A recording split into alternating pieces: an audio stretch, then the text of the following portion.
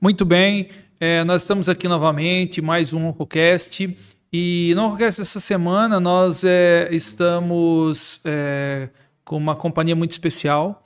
A partir de agora, aqui na nossa clínica, nós vamos ter um hematologista e nós vamos conseguir, pessoal, tratar aqui em Rondonópolis todas as doenças hematológicas. Isso era um sonho que eu tinha desde quando eu cheguei aqui e nesse momento nós estamos conseguindo aí atingir esse objetivo. Então, mais um presente para Rondonópolis é esse serviço de hematologia que nós estamos fazendo aqui na nossa clínica Oncoprime.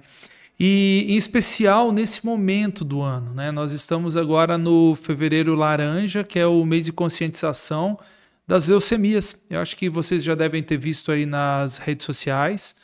E é um momento do ano muito importante, onde a gente chama atenção para essas doenças que eventualmente são doenças que são diagnosticadas tardiamente, porque demora um pouquinho para dar sintoma. Obviamente nós vamos conversar um pouco mais aqui, mas é muito importante que a gente saiba aí que essas doenças existem e como que a gente faz para diagnosticar essas doenças. E acima de tudo, que tem cura, né, pessoal? Então, você está em mais um OncoCast, que é um programa produzido aqui pela nossa clínica Oncoprime.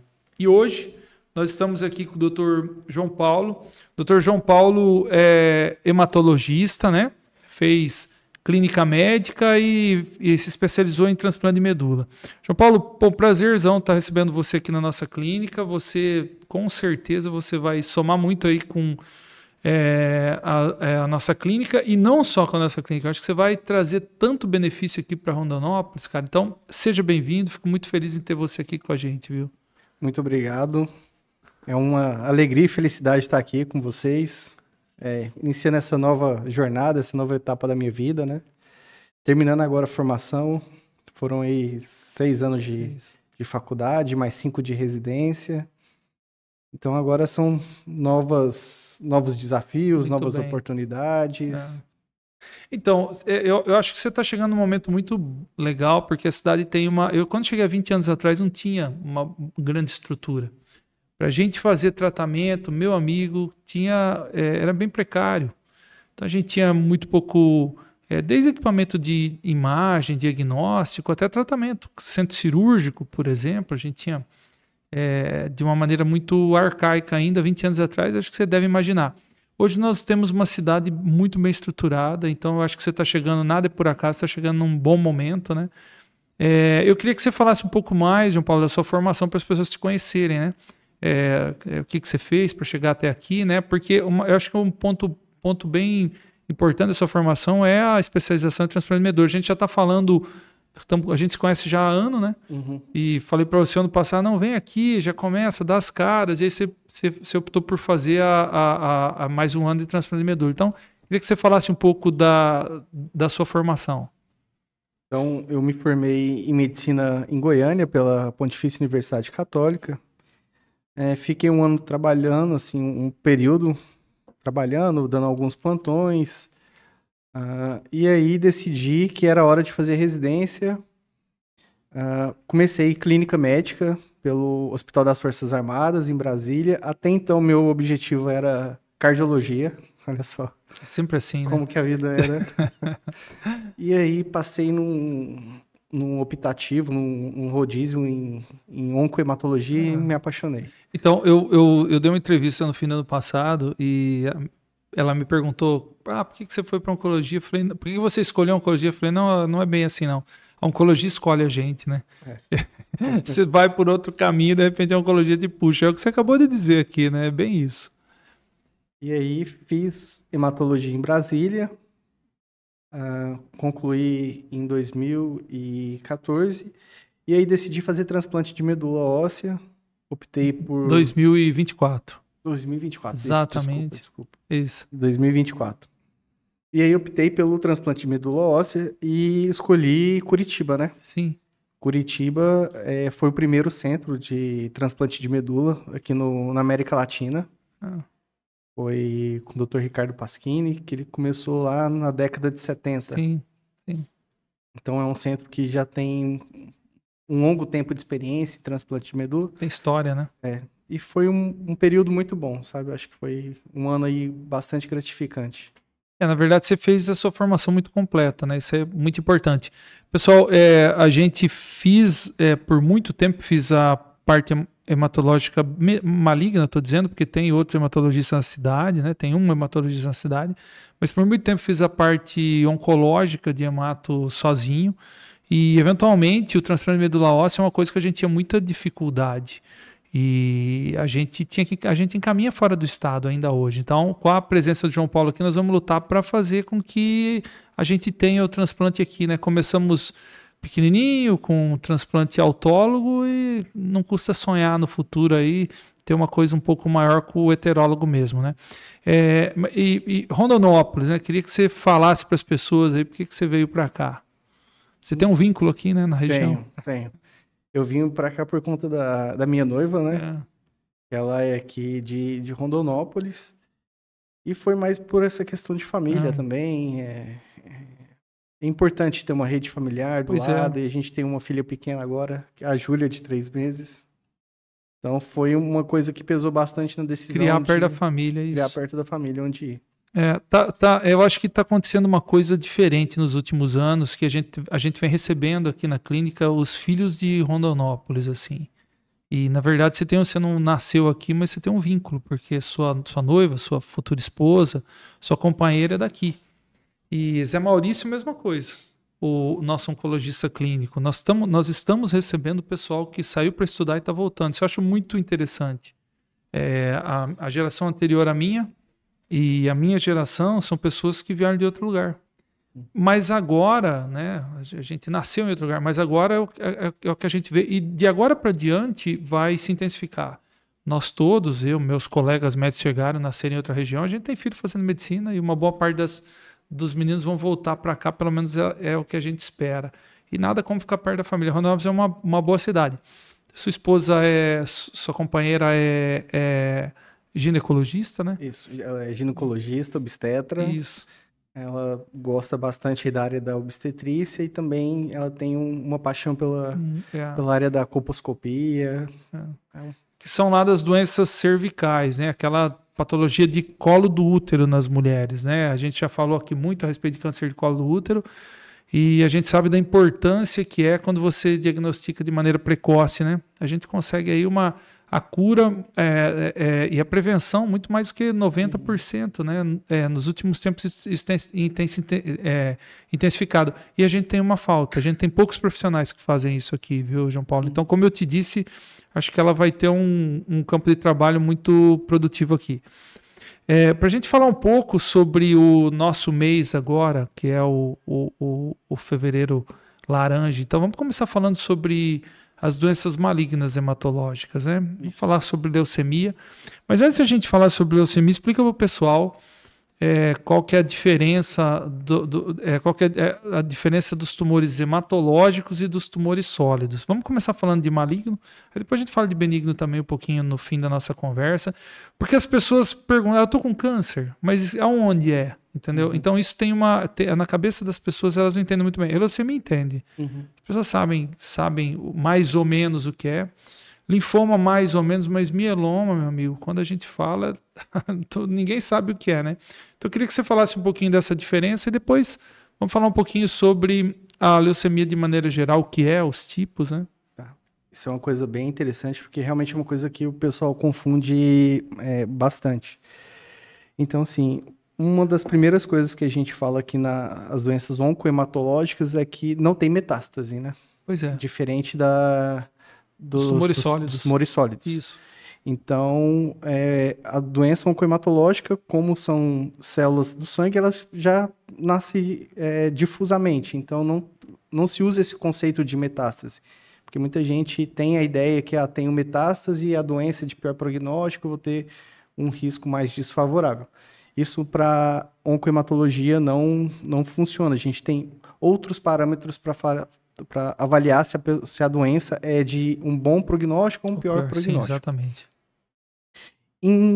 Para caracterizar e diferenciar as doenças, a gente utiliza basicamente cada componente celular. Então, por exemplo, as doenças relacionadas às hemácias, que são os glóbulos vermelhos, né? São basicamente as anemias, as poliglobulias. Em relação à série plaquetária, a gente tem as trombocitoses, né?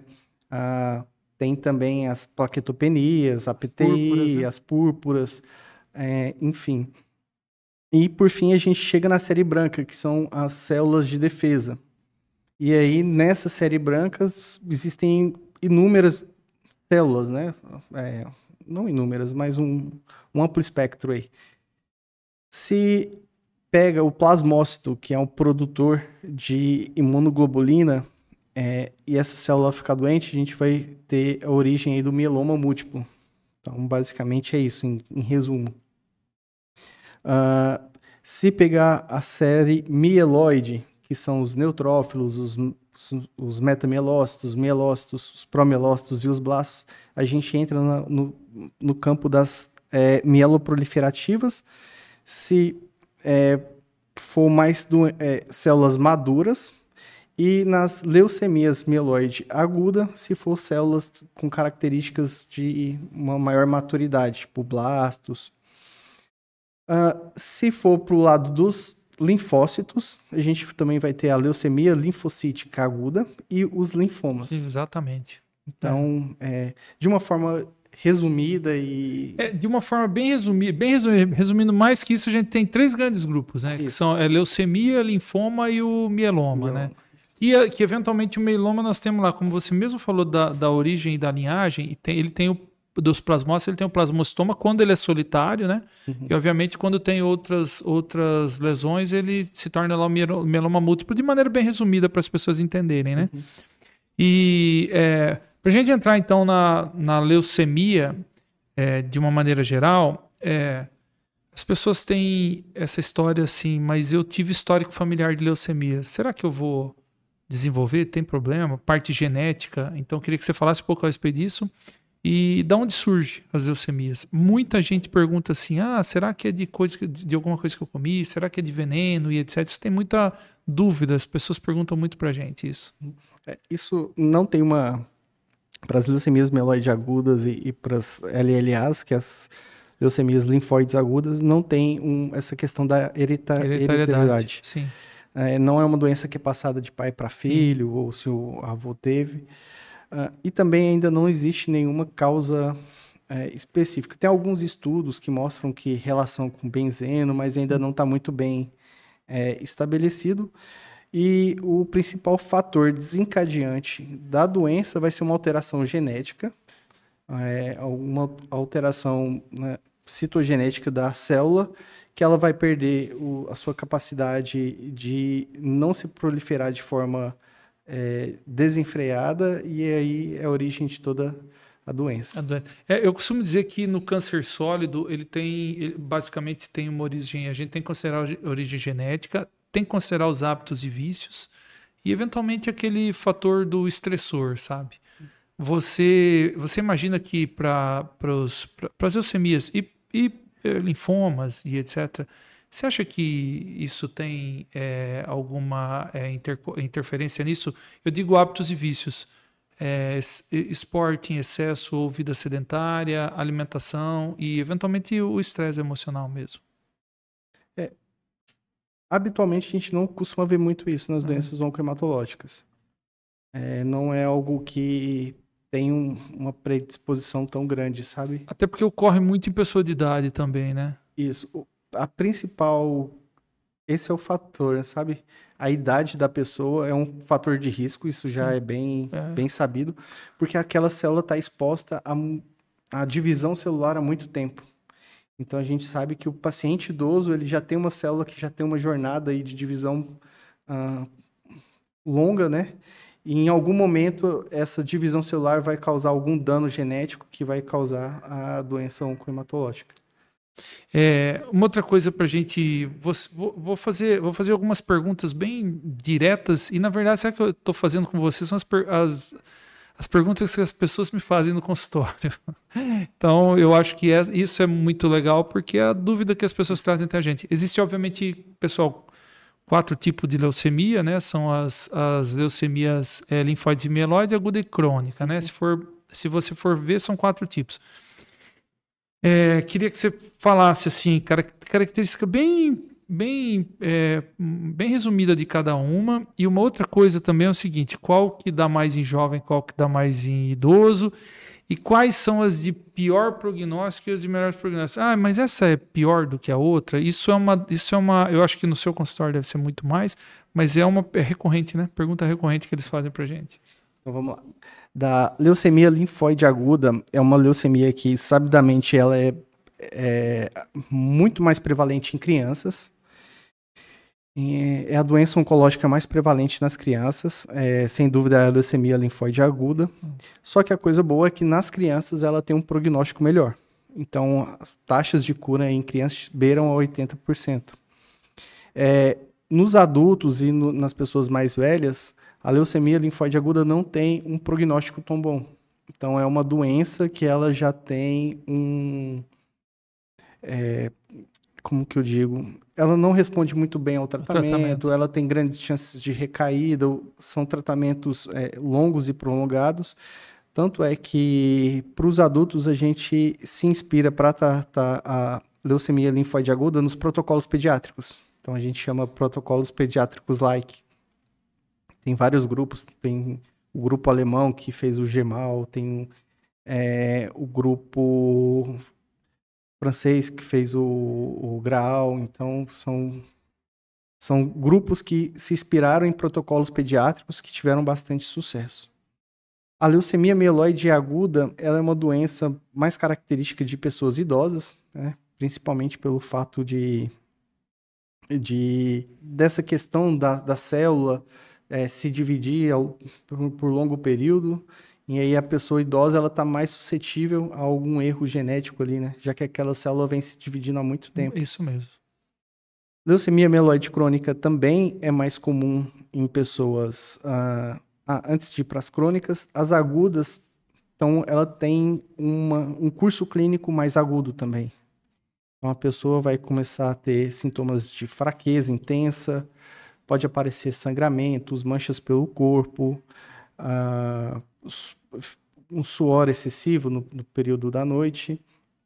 Então, do início dos sintomas até a procura do médico, geralmente aí são questão de semanas a meses. Na parte das doenças crônicas, a leucemia linfocítica crônica é uma doença de curso mais benigno, tanto é que a gente só trata se o paciente tiver algum critério para tratamento, que seria sintomas como sudorese, perda de peso, uma linfocitose que está aumentando ali de forma extremamente desenfreada. Ela também é uma doença característica de idosos. E a LMC também é uma doença mais aí de adultos, idosos, né? Adultos mais aí pro lado da faixa etária da população mais senil. E a característica dela principal vai ser aumento do baço, perda de peso, sudorese noturna, um aumento excessivo aí das células do sangue, né? Então vai ter uma leucocitose pronunciada, pode ter um aumento significativo de plaquetas, que a gente chama de uma trombocitose, né? Chega aí talvez até mais de 1 milhão de plaquetas. Então, basicamente, bem resumido, seria... O que chama atenção para a gente passar para as pessoas de sintoma, que você falou muito bem dos quatro tipos de leucemia e dos sintomas de cada um. Obviamente isso vai ser marcado no nosso Instagram e vou pedir para que seja feito, porque para as pessoas entenderem. Mas para a gente, de uma maneira resumida mesmo para as pessoas, o que chama atenção nesse tipo de coisa é fraqueza, né? Isso. Você falou da sudorese, eventualmente a pessoa tem uma anemia que não sabe de onde vem, com o exame de sangue pode aumentar as células, você pode ter uma leucocitose, aumento de plaqueta também. Você falou a respeito de hematomas, petequias e equimoses. Febre também pode ocorrer, né? Então, esses eu acho que são os principais sintomas que quando a pessoa tiver, chama atenção para isso, né? Sim. Eu acho que são os principais. Isso eu acho que é esse um recado que a gente sempre fala quando a gente fala em prevenção ou mesmo em diagnóstico precoce desse tipo de doença, né? Recentemente fui dar uma entrevista, até fui dar uma aula em Cuiabá e falei muito a respeito disso. E era até relacionado à oncopediatria. Na oncopediatria tem um centro nos Estados Unidos que é o St. Jude's, né? Que acho que lá ainda era referência no mundo. Você citou alguns outros centros, mas para a oncopediatria ainda continua lá, né? Eu não sei se você sabe me responder isso, qual que é a influência, a interferência disso. Porque, historicamente, eu li há tempos atrás que a mortalidade em criança, em especial, era muito alta, né? Nos anos 70. E inverteu, né? Sim. Isso é uma coisa que é notória, né? E eles falam muito que foi por causa de protocolo desenvolvido lá, nos Estados Unidos. Não sei como que você vê isso hoje, faz tempo que não estudo nesse ponto. Se ainda está lá focado muito os avanços dos Estados Unidos. Porque na parte de onco sólida, a gente segue muito protocolo americano, sabe? Ainda continua sendo referência, né, para os Estados Unidos, tanto é que o protocolo pediátrico mesmo foi desenvolvido lá nos Estados Unidos e o restante do mundo se espelhou nisso. Sim. Eles conseguiram um resultado incrível, né? Sim, isso aí, se você for ver, toda vez que eu dou aula, eu sempre coloco o gráfico dos anos 70, inverteu mesmo, isso é uma coisa incrível. Tem um livro, pessoal, que não sei se você leu, Médico de Homens e Almas, da Taylor Cadell, que conta a história de São Lucas. A passagem desse livro interessante que fala sobre a doença branca. E ela se referia, a autora, na leucemia, em alguma parte do livro lá, né? Ela fala sobre a doença branca. Exatamente, nós estamos falando dos sintomas por causa da anemia, né? Isso. Então, isso que quis dizer naquele momento. Muito bom. Vamos falar depois um pouco sobre... Acho que a gente já falou um pouco sobre o tratamento, mas de uma maneira bem resumida sobre o tratamento de leucemia. A gente tem os quimioterápicos, hoje nós temos os imunoterápicos, e tanto nas doenças hematológicas, hoje nós temos também o CAR-T-cell, que é uma coisa que toda vez a gente escuta falar quando as pessoas... eu vou te provocar nisso porque assim, né? Não só para doença hematológica, né?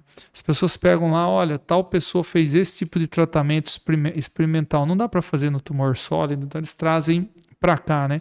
Então eu queria que você falasse do tratamento, os tipos de tratamento que existem e dos avanços também no tratamento desse tipo de doença. Em que pese óbvio que algumas coisas vão ser comum tanto para leucemia como linfoma e mieloma, mas a gente já fala um pouquinho para não deixar sem falar, né? Então, igual eu falei das leucemias linfóides agudas, um tratamento aí longo, né? Inspirado nos protocolos pediátricos, que vão alguns quimioterápicos, né? Tem estudos e pesquisas com terapia-alvo. Então, tem o Blina, que é um medicamento, um anti-CD19, que ele é uma terapia-alvo. Importante saber nessa LLA se ela tem uma translocação específica, que é o cromossomo Filadélfia, que também existe um tratamento-alvo para isso, que seria o imatinib, dasatinib, ponatinib, são dessas classes.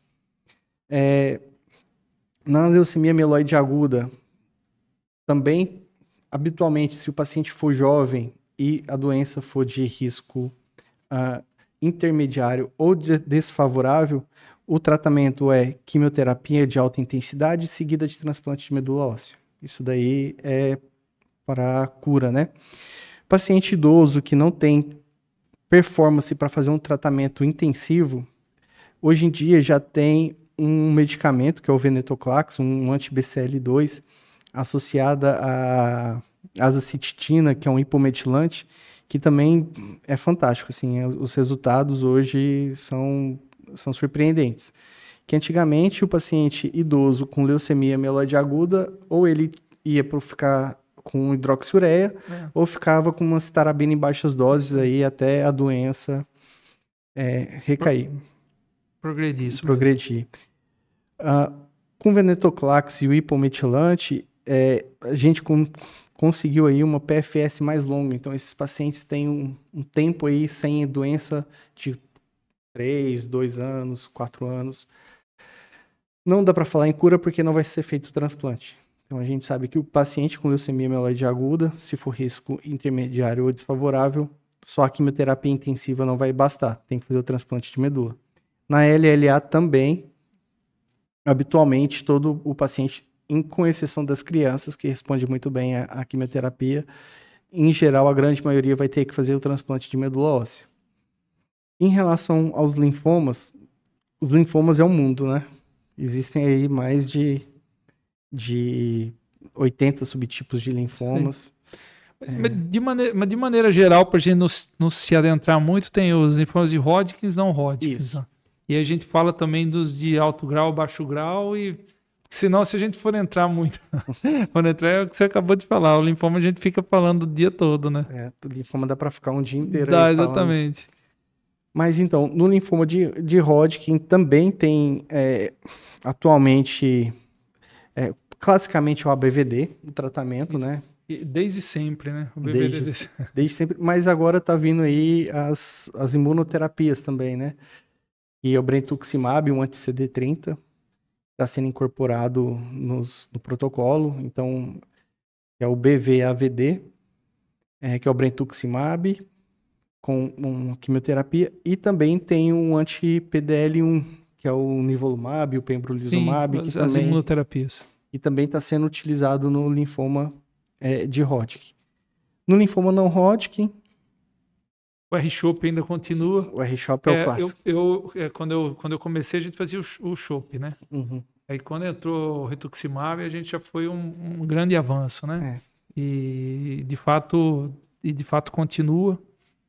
Continua e nada desbancou ele até hoje. Não, nada. E tem uma grande resposta, né? Tem. Tratar linfoma, às vezes você pega um linfoma com uma grande massa. Pessoal, e aí só fazer um adendo. O linfoma, na maior parte das vezes, então, ele é diagnosticado, como você já disse, então, é uma doença hematológica, mas ele tem uma característica que é, você tem linfonodomegalias, na verdade você tem ínguas, né? Então, você acaba fazendo o diagnóstico através daquelas ínguas. E aí, obviamente, depende de quantas cadeias tiver, a localização que tiver, você faz lá o estadiamento, de maneira geral, aí a gente entra nisso que nós estamos dizendo que é o tratamento, né? E aí sim, agora a gente voltando para o tratamento no que eu estava dizendo, então, às vezes a pessoa tem grandes massas abdominais, às vezes linfonodomegalia, até invadindo musculatura paravertebral e comprimindo nervo da coluna, com restrição de movimentação e dor. Quando você faz rapidamente, no segundo ciclo a pessoa responde muito bem, né, cara? É uma coisa que é incrível, né, tratar. Assim como aquelas grandes massas, né? Você faz aquelas massas gigantes no pescoço, a hora que volta, já volta tranquilo. Nós tivemos um caso aqui de uma ascite, um derrame pleural grande, a pessoa vinha de cadeira de rodas. Quando ele voltou a segunda vez, voltou sequinho, com o capacete na mão, não conheci. Falei, cadê o paciente? Não, sou eu. Falei, pô, você tá bem demais, cara, que bom. Então, o tratamento inicial do linfoma, quando pega bem, na maior parte das vezes responde muito bem, é muito gratificante, né, João Paulo? Sim. O paciente ganha performance, ganha qualidade de vida, muda realmente aí a vida do paciente. Nós estamos vendo aqui que o tratamento, pessoal, é com quimioterapia, com droga-alvo e com imuno. Nós estamos vendo que também algumas coisas que ele disse que passou assim, sem a gente dar muita atenção, mas quero voltar aqui, eventualmente para você fazer esse tipo de tratamento com drogas-alvos ou mesmo com imunoterapia, a gente precisa de alguns testes hoje em dia que tem que ser solicitado. Então é por isso que quando eventualmente vai no médico, mas tem que pedir esse teste genético, tem que pedir aquele teste, agora nós vamos dosar o PDL1. É necessário, porque aí você abre outras janelas para tratamento. Então, de maneira geral, é isso. Também no linfoma existe espaço para o transplante de medula, não é? Existe. Então, por exemplo, aquele paciente com principalmente linfoma difuso, os linfomas mais agressivos, é feito o R-CHOP clássico, né? E aí, se o paciente ele recai com menos de 12 meses, a gente faz uma terapia de salvamento, de resgate. E aí, o paciente respondendo essa terapia de resgate é encaminhado para o transplante autólogo. Que o transplante autólogo, se eu puder falar um pouquinho aqui. Eu ia te chamar a atenção disso, fica à vontade. Se você quiser explicar os dois tipos, fique à vontade. Então, tem dois tipos, né? O transplante autólogo e o alogênico. O autólogo é aquele transplante.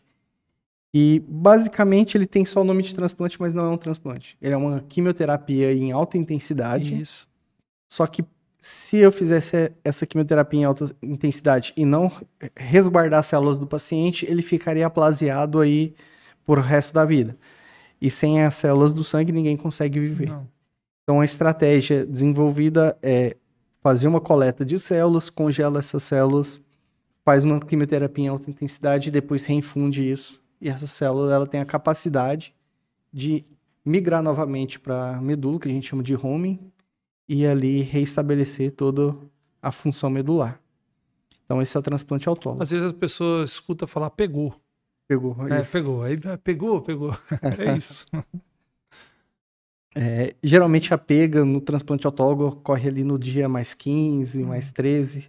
E nessa situação, relativamente a situação, a maneira de fazer é relativamente simples, que é a infusão de quimioterapia, mas não é tão simples, porque tem que ficar resguardado num ambiente com uma asepsia grande, não é? Sim. São pelo menos 20 dias paciente sem nenhuma defesa. Então ele fica suscetível aí a uma infecção, um resfriado que seria inofensivo para qualquer pessoa com uma imunidade imunocompetente, né, com uma imunidade adequada para esse tipo de paciente, é catastrófico. Então tem que ter um quarto aí com filtro EPA, tem que ter uma estrutura com conscientização de toda a equipe, de lavagem das mãos antes de entrar ao quarto do paciente, depois. Comida, né? Comida também, tem que ter cuidado com alimentos crus, mal processados, carne crua. Não. Se o paciente gosta de comida japonesa, tá proibido aí. Quando a gente pega o paciente que vem para cá e fez transplante, eles falam isso. A parte mais chata é ficar lá Você fica lá dentro de um local, né? E tudo que as pessoas têm que ver, doutor. As pessoas entram todo paramentadas. Sim, tem que ser, né? Porque eu acho que as pessoas acabam entendendo isso que a gente está falando de 2020 para cá por causa do Covid, né? Todo mundo viu as pessoas paramentadas e a importância de... Antigamente a gente não tinha... você sabia que tinha que lavar a mão, mas você não dava muita importância. Ninguém dava, diga-se de passagem. Aí o Covid trouxe para nós o seguinte, olha, tem que lavar a mão sim, e usar álcool, você tem que manter a higiene porque você evita a transmissão de vírus, bactérias, etc., de germes, mas é isso, né? A parte principal, e eu acho que a parte mais difícil e chata é o ambiente mesmo que você precisa e toda digamos assim, a logística para que isso aconteça, né? Essa eu acho que é a parte pior, né? Sim. Aí o alogênico é o seguinte, pessoal, aí a gente tem aquelas campanhas de doação de medula na cidade. Isso. Né? Então você deu lá, eu sou inscrito, então você deu lá e em algum momento você doou e está lá no banco de sangue, em algum momento você é chamado. Aí é diferente, né? Aí nessa parte do transplante alogênico, então, tem a modalidade do aparentado, que seria o 100% compatível, que é o irmão. 100% compatível. Poucas pessoas têm essa sorte, né? Que o melhor doador seria esse. O banco do Redome, que são dos doadores voluntários, é extremamente importante. Isso daí salva bastante vida. Se todo mundo pudesse fazer não dói, assim, é um exame de sangue... Exame de sangue normal. Nós fizemos aqui algumas campanhas. Acho que agora que eu sou chegada, a gente vai retomar, fazer campanha de novo. Faz tempo que não tem. A coleta, na grande maioria das vezes, também vai ser por veia periférica, não é feita cirurgia nenhuma, que às vezes a gente acha que é cirurgia, acha que vai tirar da medula mesmo, mas para doenças malignas é feito do sangue periférico. Em algumas raras exceções que é feito mesmo aspirado de medula, mas aí é feito dentro do centro cirúrgico, sobre anestesia. E tem outra modalidade do doador, que é o 50% compatível. Que nesse caso seria o pai, a mãe ou um irmão que é 50% compatível, que a gente chama de haploidêntico, né?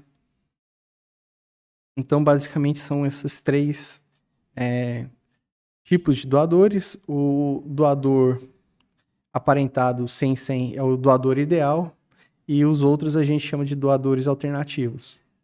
Mas num cenário de uma doença tão agressiva, às vezes o doador alternativo se torna uma boa opção. E a importância de você manter o Redome com bastante doador é que é mais fácil você achar compatibilidade no Brasil do que no Banco de Sangue Mundial, né? Uhum. Isso por causa da nossa origem, né? Uhum. Então, isso eu li um artigo sobre isso há pelo menos uns 10 anos atrás. E o pessoal do Banco de Sangue falava muito a respeito disso. Eu não me lembro mais quanto que é, de 1 para tanto, mas eu lembro que no Brasil a chance era bem maior do que se você colocar o seu nome e esperar isso no mundo, entendeu? Por causa das origens genéticas das pessoas do mundo todo, obviamente considerando que a gente... eu sou descendente italiano e sou descendente italiano agora, do século passado. Então, minha família está aqui faz 100 anos, 100 e poucos anos, 120, 130 anos. Mas, de maneira geral, é importante, porque a gente consegue, obviamente, achar os nossos... de uma maneira um pouco mais fácil, as pessoas que podem doar, né? E essas pessoas que estão lá e quando são chamadas, na verdade, ela vai e também não é muito sofrido, porque você tira lá um pouquinho da medula óssea, não é isso? Uhum. Geralmente a gente faz um cálculo, mais ou menos 10 ml por quilo de peso do paciente. Habitualmente daria mais ou menos 1.200 ml. Mas sobre anestesia, o paciente vai de alta no dia seguinte. Não, é um procedimento que quase é indolor, né?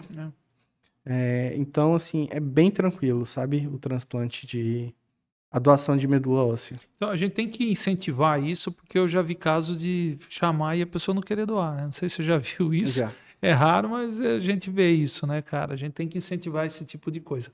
Falando aqui na biópsia da medula óssea e no mielograma, o pessoal aqui de Rondonópolis tem dificuldade em fazer. Você vai fazer aqui, né? Sim. Aqui. Isso faz parte, né, do seu dia a dia. Do meu dia a dia. Exatamente, Então, habitualmente, para o diagnóstico das doenças oncohematológicas ou até mesmo das não oncológicas, né, tem que ser feito um aspirado de medula.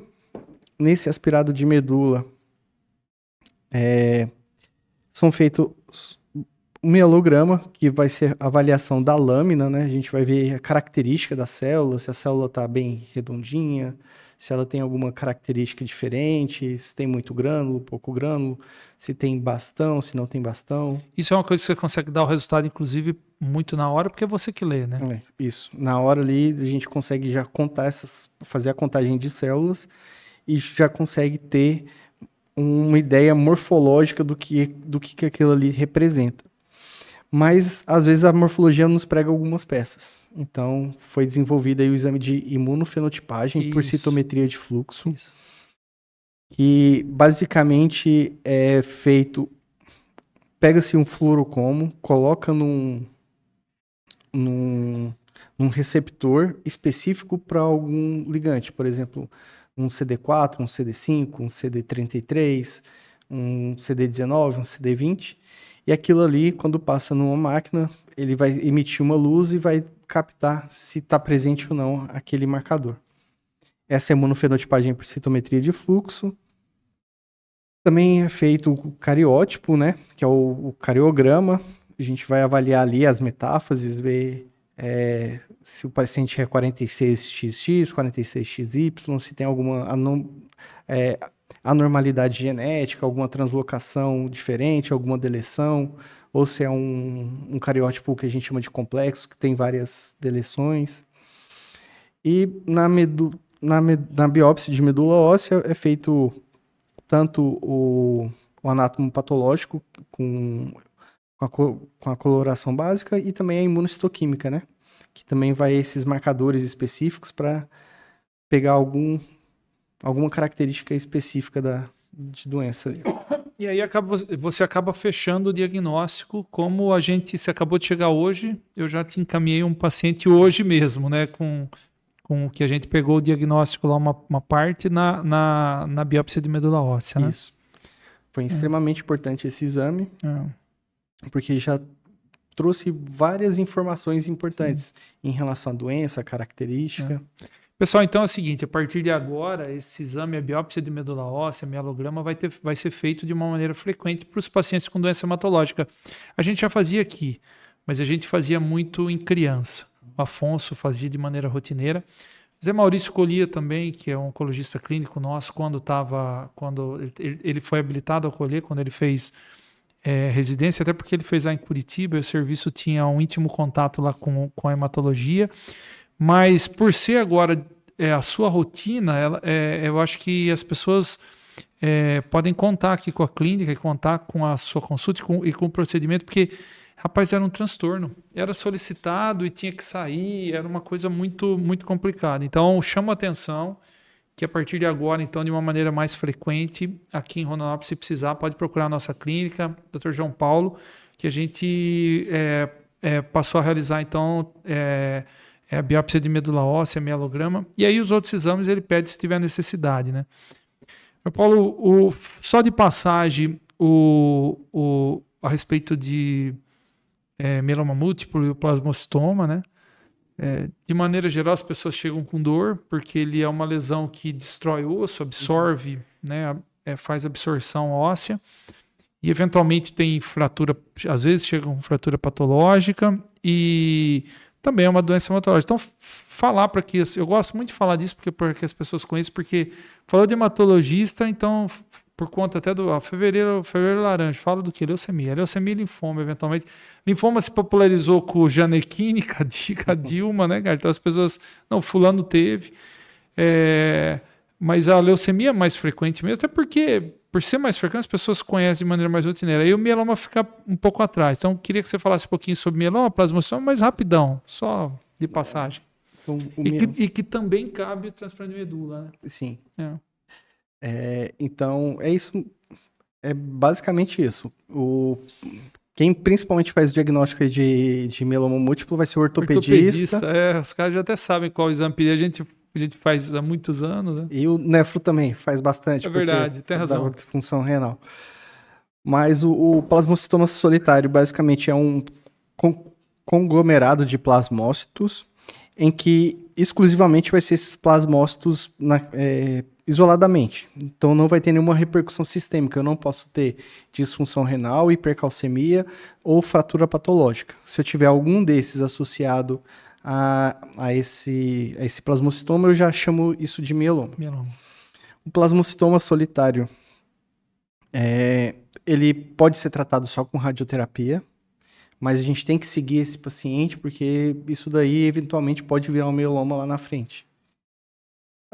E o mieloma múltiplo, ele é uma doença que caracteristicamente vai dar fraturas patológicas, hipercalcemia, disfunção renal e anemia. O exame para investigar o mieloma múltiplo, um exame de triagem é eletroforese de proteínas séricas, e também eletroforese de proteínas urinárias. É a Base Jones, né? Uhum. E também pode ser feito o exame mais específico, uma imunofixação de proteína sérica e proteína urinária, que vai me dizer ali que proteína que é essa. E outro exame que pode ser feito é a pesquisa de cadeias leves e livres, que vai pegar ali só o fragmentozinho, o braço curto ali da imunoglobulina. Vou aproveitar esse momento aqui para fazer aí uma justa homenagem ao Dr. Rino, de ortopedista. Rino me ajudou a tratar muito aqui, porque eventualmente caía na mão, ou a pessoa ficava... Nós temos um caso aqui de uma paciente que rodou, ela fui pegar ela na UTI, e ela estava com colete e tudo, aí eu falei pro Rino, Rino, você estabiliza? Ele estabilizou, a coluna dela operou, as pessoas não querem fazer, o Rino faz, e ela voltou a andar, e tratamos, já voltou para a vida dela. A única coisa que a gente não recuperou dela, porque quando eu peguei ela no UTI, ela estava com insuficiência renal, não conseguia, ela fazia hemodiálise. Mas voltou para a vida tranquilo. Ela tava paraplégica no leito. Então, como você bem disse, quem faz muito diagnóstico, quem fez muito diagnóstico, me ajudou muito no tratamento foi os ortopedistas, especial o Dr. Rinaldi, porque estabilizava. Você estabiliza? Pode deixar que eu estabilizo. E estabilizava colando, a pessoa voltava a andar com a certeza, obviamente, de que não ia quebrar e cair, né? Então, isso é uma coisa importante da gente falar. No mieloma e no plasmocitoma, no mieloma em especial, é feito tratamento também, transplante de medula. Isso. Sabe-se que o paciente com... Assim, o mieloma múltiplo, né, não tem cura. Infelizmente, ainda a gente não tem a cura do mieloma múltiplo. O que a gente busca com o tratamento é que essa doença, o paciente fica o maior tempo possível sem ter a doença. Que esse intervalo entre um tratamento e o outro seja o maior possível.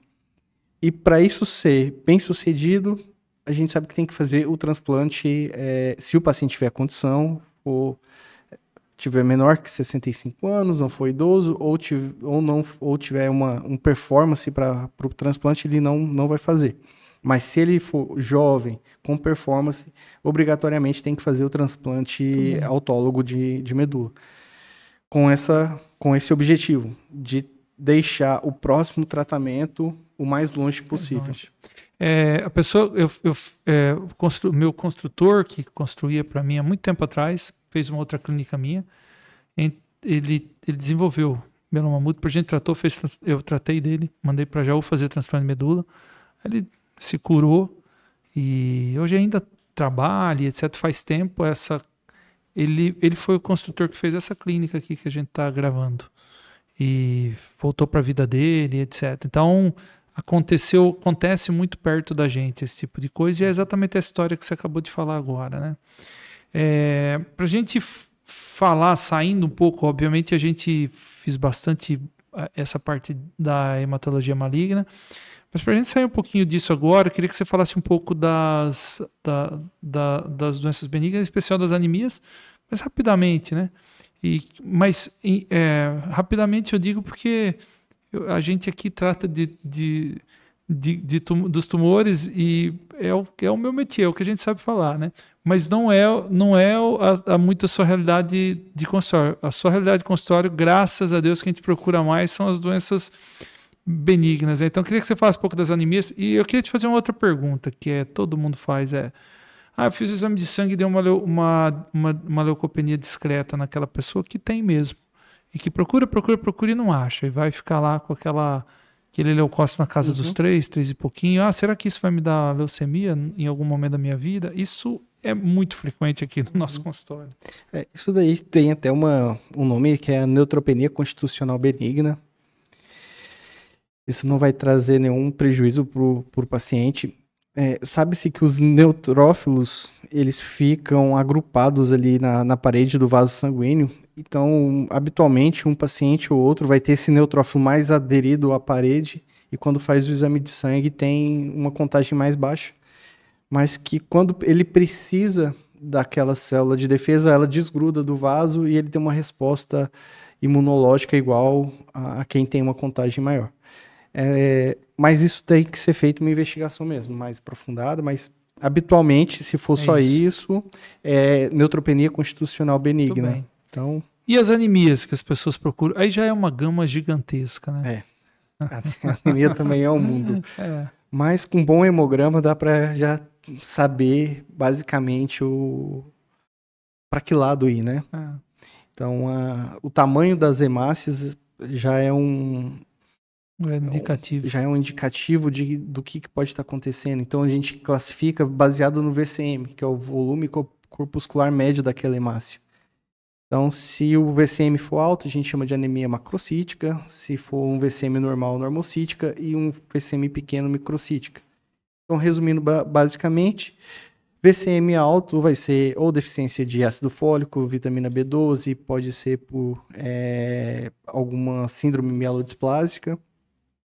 As anemias normocíticas, a mais comum e a mais prevalente vai ser por deficiência de ferro, mas também pode estar relacionado à doença de inflamação crônica. Por exemplo, um paciente em tratamento oncológico pode às vezes ter uma anemia normocítica por conta da condição oncológica.